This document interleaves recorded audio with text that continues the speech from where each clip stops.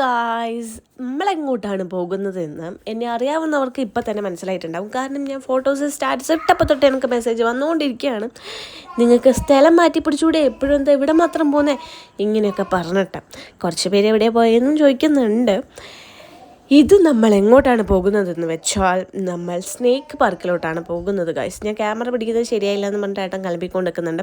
നിങ്ങൾ പിന്നെ ഒരു കാര്യം ശ്രദ്ധിച്ചോ, ഏട്ടൻ ഇട്ട കുപ്പായല്ല ഇപ്പം ഇട്ടത്, ഇപ്പം കുപ്പായം മാറിയിട്ടുണ്ട്.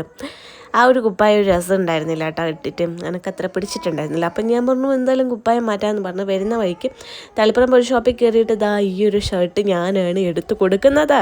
എങ്ങനെയുണ്ട്? പിന്നെ നമ്മൾ പൈസ ഒന്നും നോക്കിയില്ല, അങ്ങോട്ട് മേടിച്ചങ്ങോട്ട് കൊടുത്തു. അത് കഴിഞ്ഞ് പിന്നെ നമ്മൾ നേരെ എത്തിയിട്ടുണ്ട്.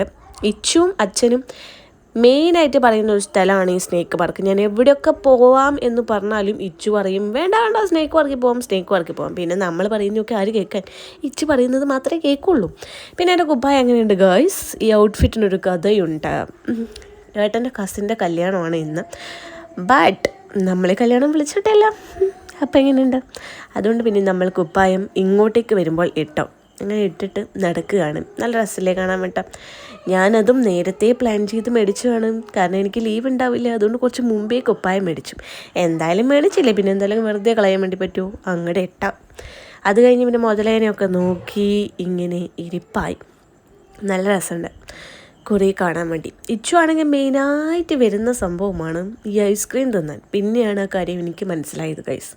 ഒരു സാധനവും കാണാൻ വേണ്ടി ഇവൻ നിൽക്കുന്നില്ല. കുരങ്ങനെ കണ്ടു കഴിഞ്ഞാൽ പിന്നെ നേരെ ഐസ്ക്രീമിൻ്റെ അടുത്തേക്ക് വെച്ച് ഓടുന്നുണ്ടാവും. ഐസ്ക്രീം തിന്നുമ്പോഴാണ് അവനൊരു സമാധാനം.